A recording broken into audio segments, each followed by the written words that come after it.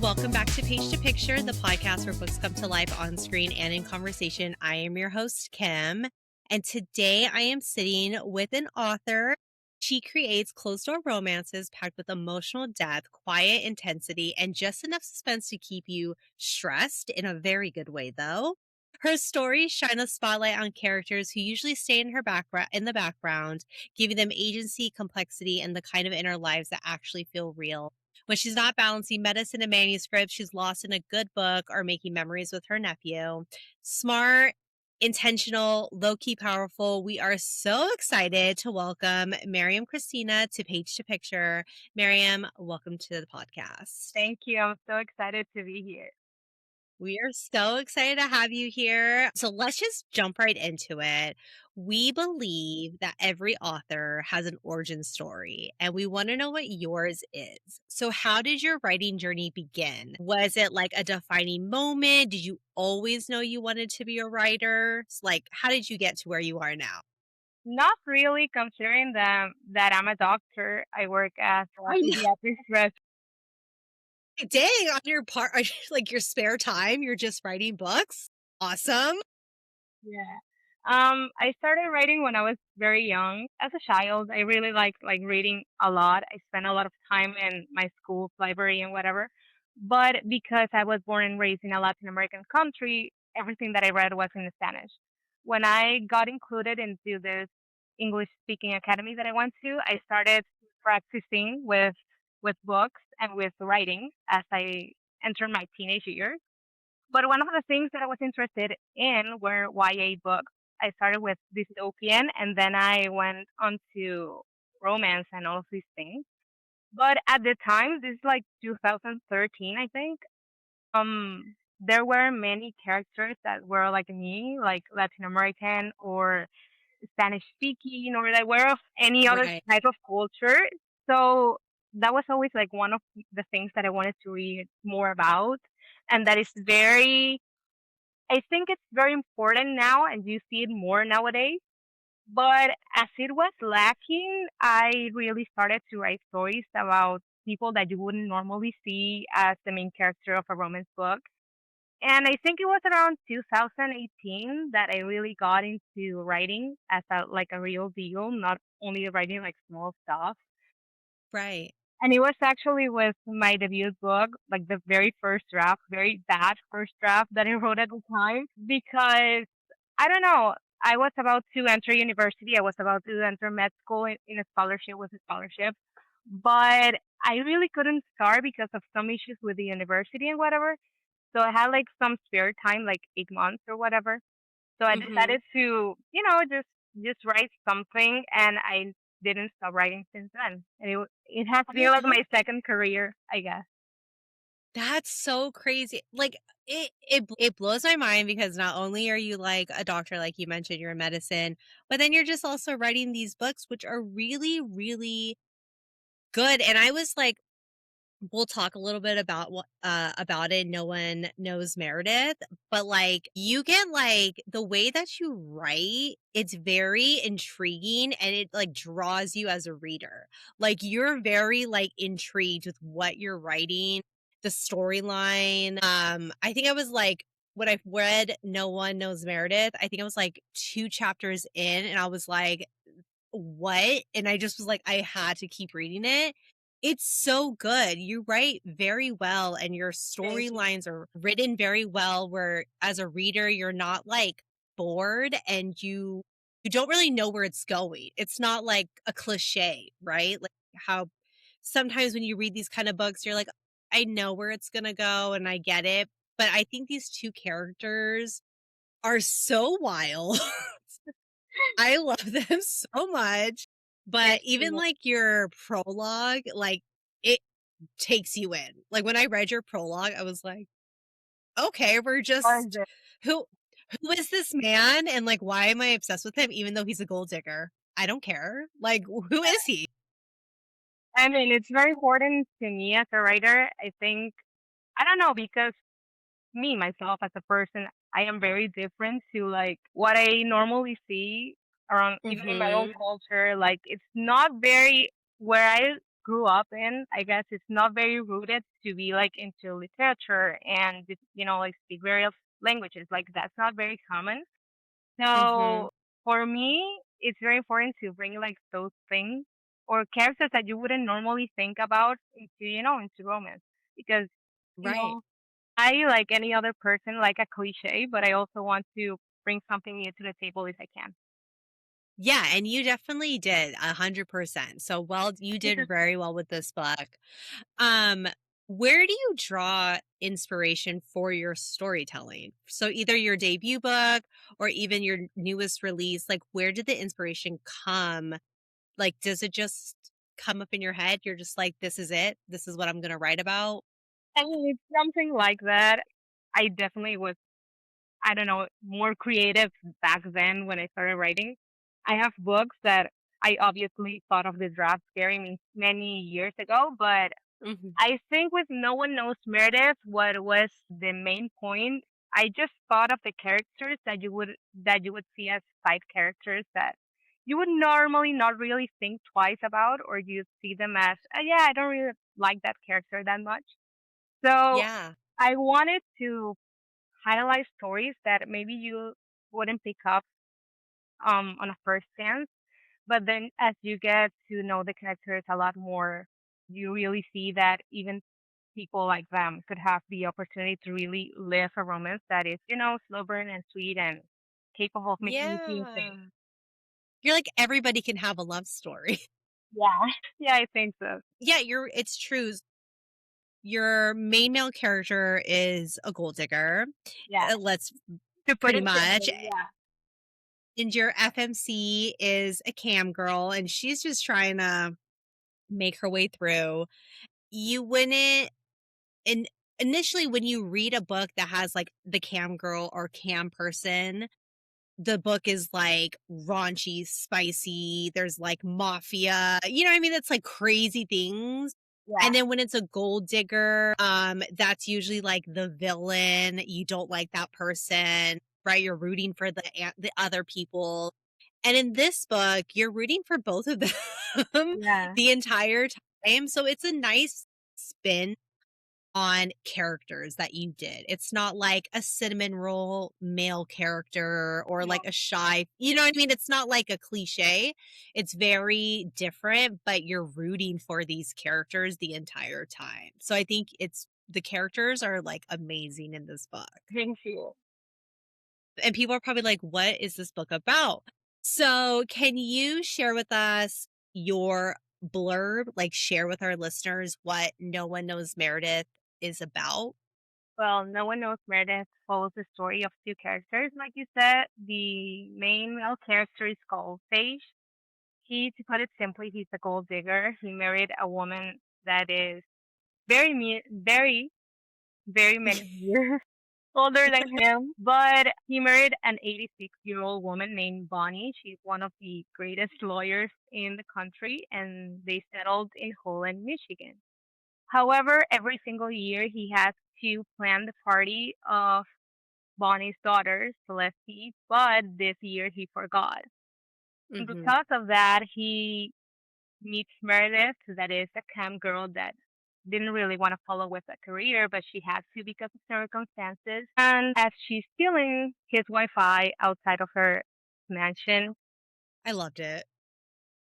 they find a way to connect with one another and help their situations. Meredith wants to get out of the cam girl slash sex worker stance, and Sage wants, someone to help him plan this party or be some kind of image for the party as he takes out his socialite ways and makes it happen. But along the way, they realize that even though they have settled with the titles of gold digger and cam girl and learned to live with it, they are so much more than that and have a chance at love. So good. I love a good a meet cute. And these two characters, like I loved when they met. Because at first, when she's out there stealing his Wi-Fi, which I love that, and she sees like a figure coming, I was like, oh, is that the ex-husband of the girl, her friend, right? and then it ended up being Sage, and I was like, "Yes, I am obsessed. I love it so much." They are so cute, and honestly, after you guys read just, like, up to that part, you're gonna be, like, drawn in 100%. Right away, the characters are already just, like, so, like, vibrant and, like, off the page that you just wanna keep reading, and you wanna know how it's gonna end, and you wanna know, like, what happens throughout this whole, you know, thing that they're doing, right? The secret that they're living. It's so good. I love a good meet cute, and yours was so good. I loved reading it. Yeah. Let's talk about your tropes. So you've got slow burn romance, friends to lover, gold digger MMC, cam girl FMC. Like, what drew you to these types of tropes? And I love knowing from authors, like, did you always know that you wanted to do a slow burn friends to lovers trope, or was that like it just so happened to be as you were writing the story? You're like, okay, this is the tropes that we're using. I mean, there were many drafts of this book as well before this one, but I'm a perfectionist in that way that I write things over and over again until I finally Yeah, get the product that I like. But of course. with Seisha Meredith, I think the way that it's presented, anyone would think that they would be enemies to lovers before they would even be like, the real deal. But Mhm. I think, and something that I explore a lot in Slover, I don't think there's a way. I mean, I love enemies to lovers like anyone else, but there's not a way to really like make a relationship cohesive if you don't have the foundation of friendship. So I always have Yeah. a little bit of that in because if you're gonna be with someone, you have to be friends with them. So I like to have those kind of tropes here and there. And with the camp girl and gold digger thing, I knew from the beginning that I wanted Sage to be this pretentious type of man that you would, at first when you read it, you're like, how I'm gonna root for this guy. But I know. When he's just, like, laying in bed, just, like, enjoying his time, and his yeah, wife comes in and is like, "Did you forget, or you just do nothing all day?" And he's like, "I have nothing to do." Like, "What do you mean? There's nothing to—" I was like, "What?" yeah. I mean, the thing is, characters have to have like red flags and green flags because that's the way that people are. They have imperfections and they have some good Mhm. things to them. And obviously, he's very flawed at the beginning. Yeah. He's not the kind of man that you're gonna be like, hey, he's gonna support this main character and he's gonna be the one to save her and just give her like the happy ending. But I Mhm. knew what his trope was gonna be, like something of those lines. But Meredith was a little bit more difficult because obviously, I mean, cam girl is not a trope that is lacking in the romance sense. I think Yeah. you have it, but it's mostly in smutty books. And but I wanted to, highlight something different of that, like as many sex workers in It's okay. a lot of sex workers really want, work as that, but a lot of people just got put into that kind of scene. Mhm. So I wanted to highlight something else and give the opportunity, to read a story that is a little bit different in some way or another. Yeah, and you definitely did. It's not— I feel like if somebody just sees the tropes, and they see, like, Cam Girl FMC or Gold Digger MMC, they might— and if, especially if you're someone who reads, like, Mhm. smut books, right? And, like, that's all it kinda is, and that's what they might think it is, but it really isn't. Like, this is, like, she is pretending to be a party planner for him. Like, do you know what I'm saying? And this guy, and he, like, admittedly knows. He's like, "I know I'm a gold digger. I married this old lady for her money." He's open about. You don't— Yeah, he's very open about it. He's like, "I don't care. I know that's what I do. Who cares? That's me." He accepts it. But there's more to it than just, like, just that. And I hope readers really pick up the book, they enjoy it for what it is, and they enjoy and come to love these characters like I have, and I'm sure that, like, you have. I'm sure you love these characters so much. I mean, they're your characters, Yeah, right? they're fun. And so, yeah, I hope people really read it and give it the chance, and it's really a really good book. It's fun.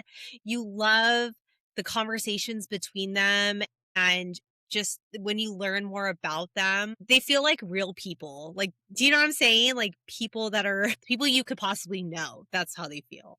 Yeah, even though it's Yes, exactly. And then so I have a question. So without giving spoilers, because I don't want to give too much away to people who haven't read the book, is there a scene that was either like emotionally difficult to write or just it was really hard to try to figure out how you're going to write a certain chapter?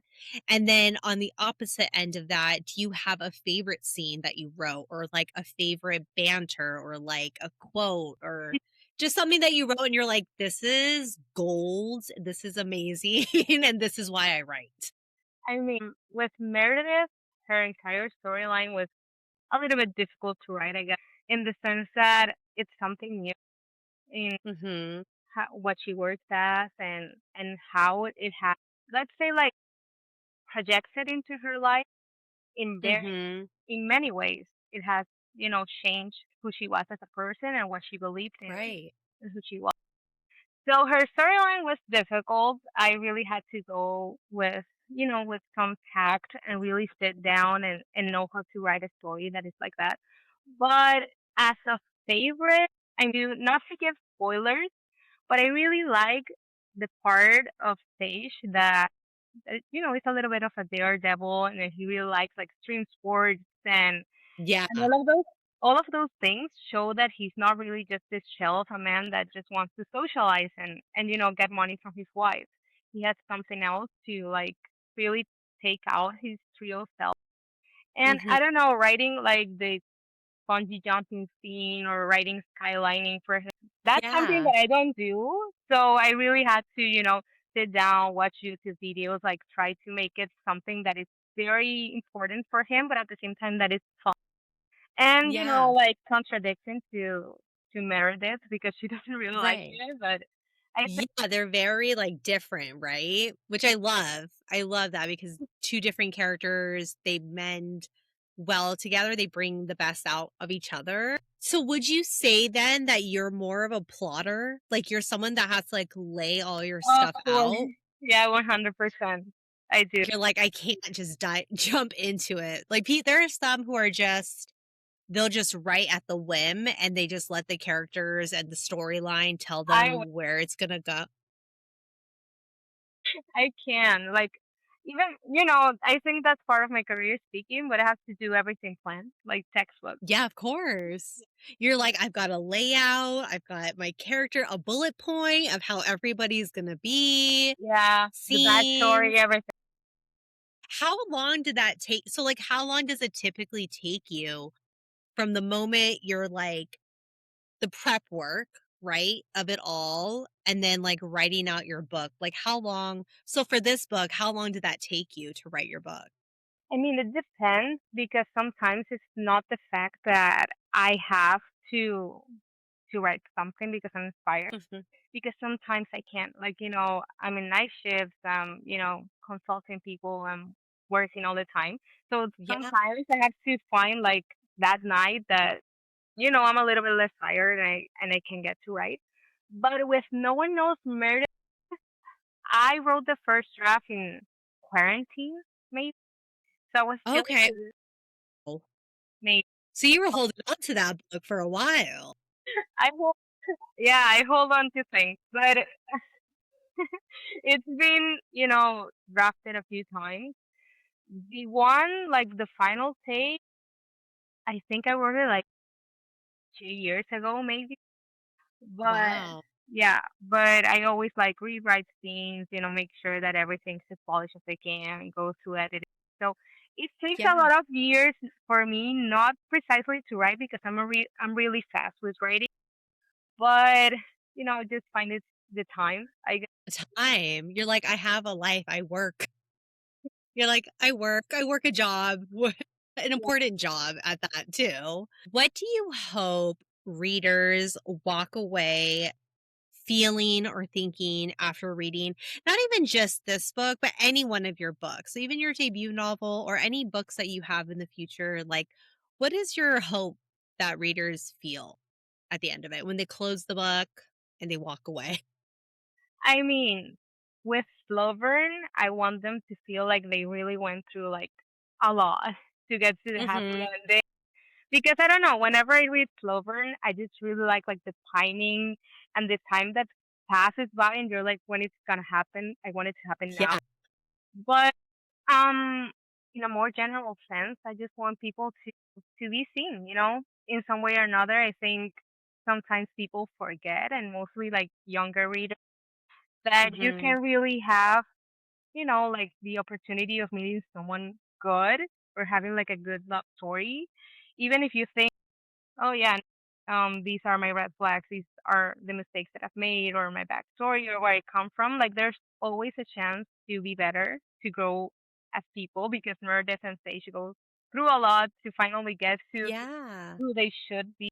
And yeah, I think that's the most important thing for me to know that it's not only about the romance, it's about growing as a person and being the best version of yourself. You finally be with someone. I love that. Oh, I love it. It's so good. What advice would you give to aspiring authors? People who wanna write, who may be working jobs and then they wanna write on the side, but they just don't know where to start. Like, what is the best advice that you could give to somebody? I mean, um, I think for people who like have very busy lives, if you really want to be a writer, you have to find the time. It's gonna take a Mhm. long time. I've been writing for so long, and I've been trying to get published, and like working my way through indie publishing for many years. I think over Yeah. years. So yeah, it's definitely very difficult, and sometimes you're gonna like doubt yourself even as you're writing something. But you have Mhm. to write it, even if it's not perfect at the beginning, and it's never gonna be. You have to write it and see where it truly takes you. And if it's an idea that still sticks with you and you have it drafted from many years ago, pick it up again, rewrite it, try it again over and over again if it's necessary. I think that's the only way of like truly enjoying yourself. If you have, Yeah. if you have the opportunity to really sit down and write a chapter, even if it's just like 3 paragraphs long, that's what you did and that's your craft. So you really have to own up to it. It's gonna take time. It always takes time, I think, no Mhm. matter how fast or how slow you are as a writer. But it's important to take a leap of faith and just try. Yeah. If you really love it and you wanna do it, just do it, right? Yeah. You just gotta do it. So what okay, so this book just released last month. What is next for you? Do you have any ideas or other books coming? Have you been writing other books? Like, what is next for you in your book journey? I mean, yeah, obviously. I have something. She's like, "I got a lot of drafts. I just gotta go through them all." I have to find them from many years ago. I think next I want to, or I'm working on Mhm. releasing a book that, I still want to do romance. I have some, I really want to try suspense, but I just want to stay in romance right now. I want people to get the nostalgia of maybe like early 2000s rom-coms. So I'm working on Would something like love that. that. That would be amazing. Like How to Lose an Island in 10 Days. Like, Bring it back, girl. I would read it in a heartbeat. That would be amazing. yeah, That would, like, ta if I read it, that would, like, take me back for sure, reading yeah, it. that's like the primate. Yes, they don't do it like that no more. Oh, that would be so fun. Yeah, That would be really that's what's good. coming next. I really hope that That's it gets exciting. a release. That is exciting. We will definitely be on the lookout. We will be following you. We are following you on social media. We will be a loyal, fan for you. We love your books. Thanks. They're so good. You did so well. It's so like when I was reading like your bio, I was like, you're telling me she's like a doctor, but she also writes books. Like, what am I doing with my life? Like, I was like, I need to like step it up. Like, it's I love when I do these kind of interviews, I love reading the author's books, and then I kind of go and do like a back history to find out like more about you guys. And I get amazed every time because you read a book and you're like, "Oh my gosh, like, who is this person?" And you read, like, your bio and you're like, "I had no idea that this person does this, that, and, Yeah, lives here, and this is what they do for fun." Like, you would never know.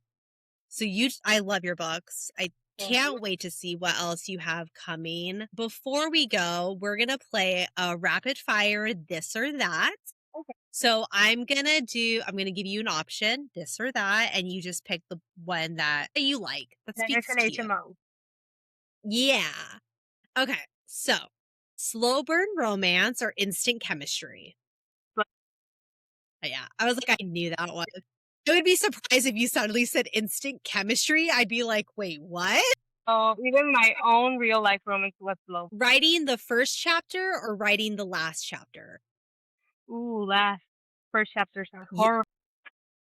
Okay. See, a lot of authors, and I found this out, like a lot of people know how it's going to end, right? But they don't really know how to start it.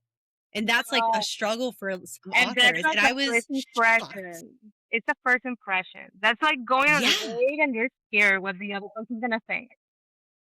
No, And a prologue, it's a prologue. I feel like prologues are hard to write also because that truly is the first part that you get, right? When you read a book. And if sometimes a prologue can be too long for a reader and you're just kind of like, do I need to read this prologue? So like the prologue is important also. yeah, it has to be eye catch. Yeah, yours was. I will 100% say yours was really good. So, if anybody wants to read it, the prologue will definitely like get you in the mood for this book. Dialogue heavy scenes or internal monologue? That's hard to say. I mean, it depends.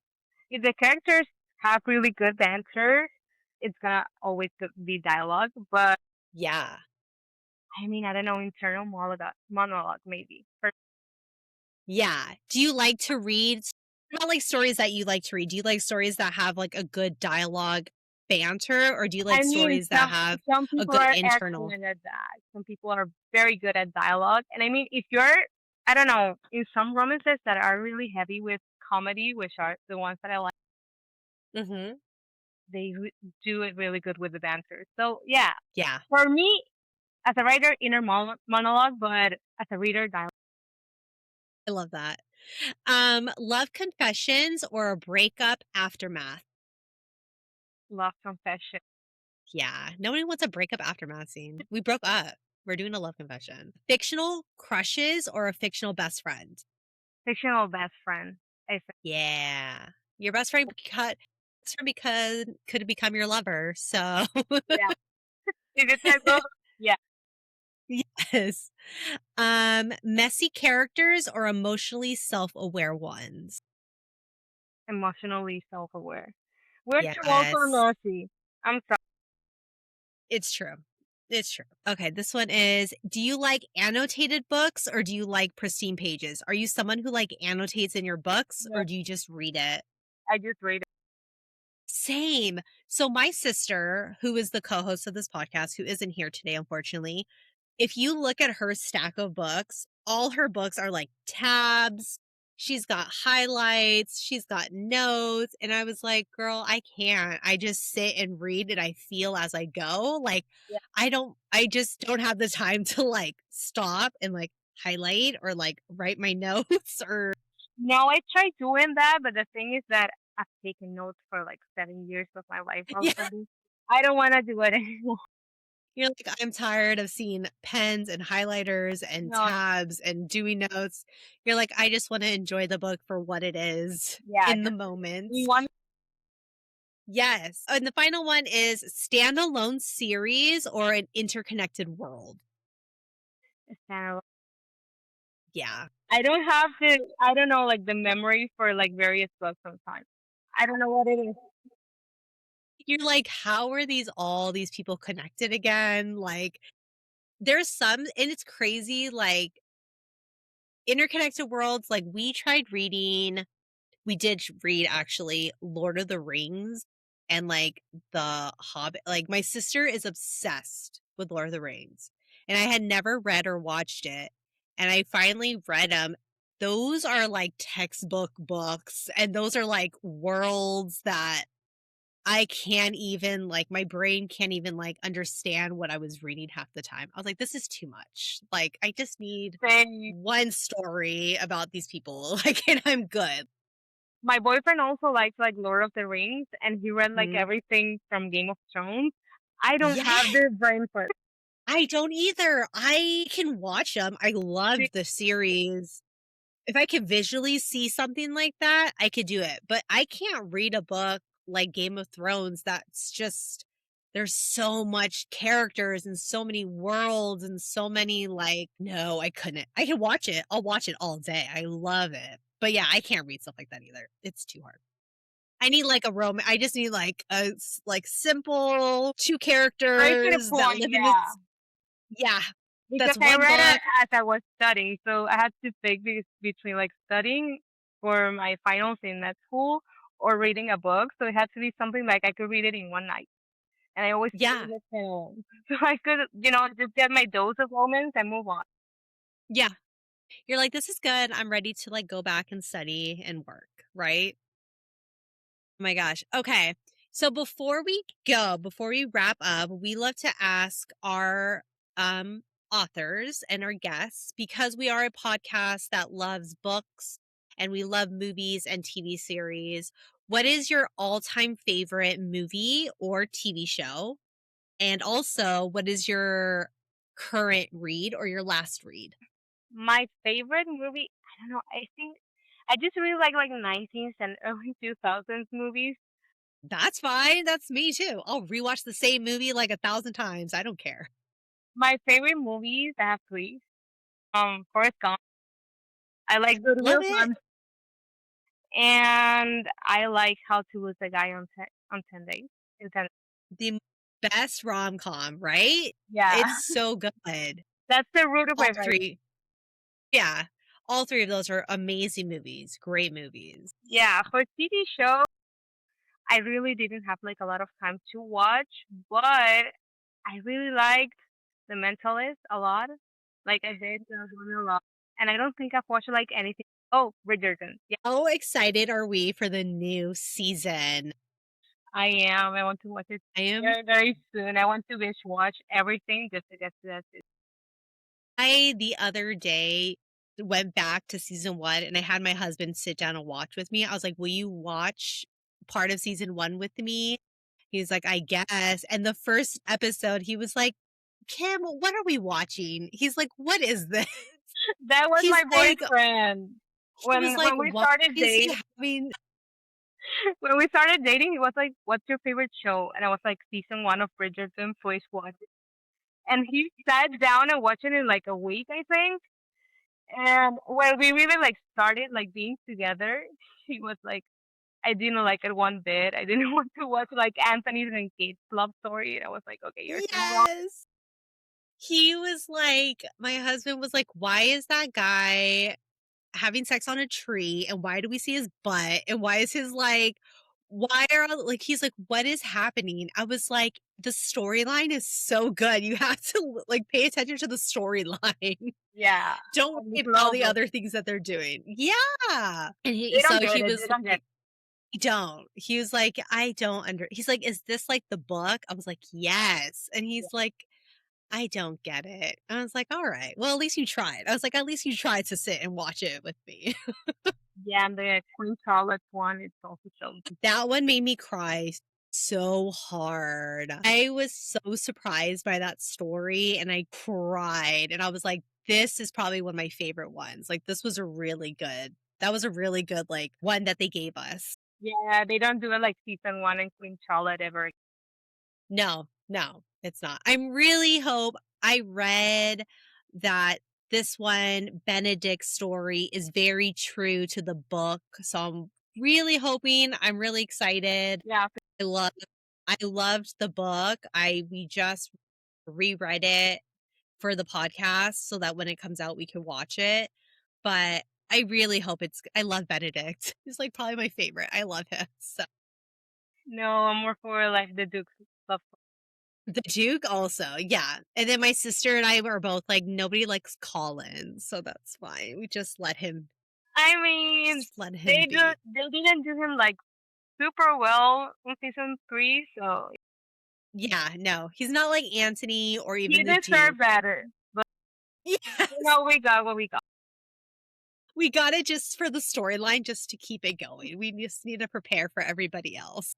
Oh no. And then I mean, I don't know. Are you reading any books right now? Do you even have time? Like, what was your latest Yeah. read or your current read? I mean, latest read, I went, I don't know, I mean, I've been concentrating on like writing right now, so Mm-hmm. I really like haven't gotten the time to like get to any new read. Yeah. I did read or like, go over the Iliad. Is that how you pronounce it? Yeah. Because the new movie's coming out, and I read it when I was like Yeah. in I don't know, like last year of high school, and I wanted to go Yeah. over it again. Whoa. But that That's crazy. like my last read. I was trying to think of like a fun read. You're like, no, that I read that book. I I read skimmed that over it. because I wanted to, like get the full backstory for the movie. Of course. Yeah, there's a lot of movies coming out based on books, which is great for our podcast because that's what we do.